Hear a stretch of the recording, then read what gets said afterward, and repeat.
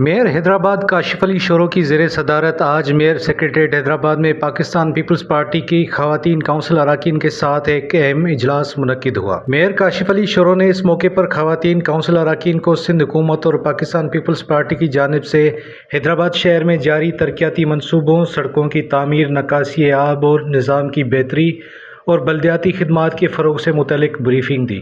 انہوں نے کہا کہ عوام کی فلاح و بہبود اور شہری سہولیات کی فراہمی حکومت سندھ کی اولین ترجیح ہے۔ میئر حیدرآباد نے خواتین کونسل اراکین پر زور دیا کہ وہ اپنے اپنے وارڈز میں عوامی رابطے کو مزید بہتر بنائیں اور شہری مسائل کے حل کے لیے فعال کردار ادا کریں۔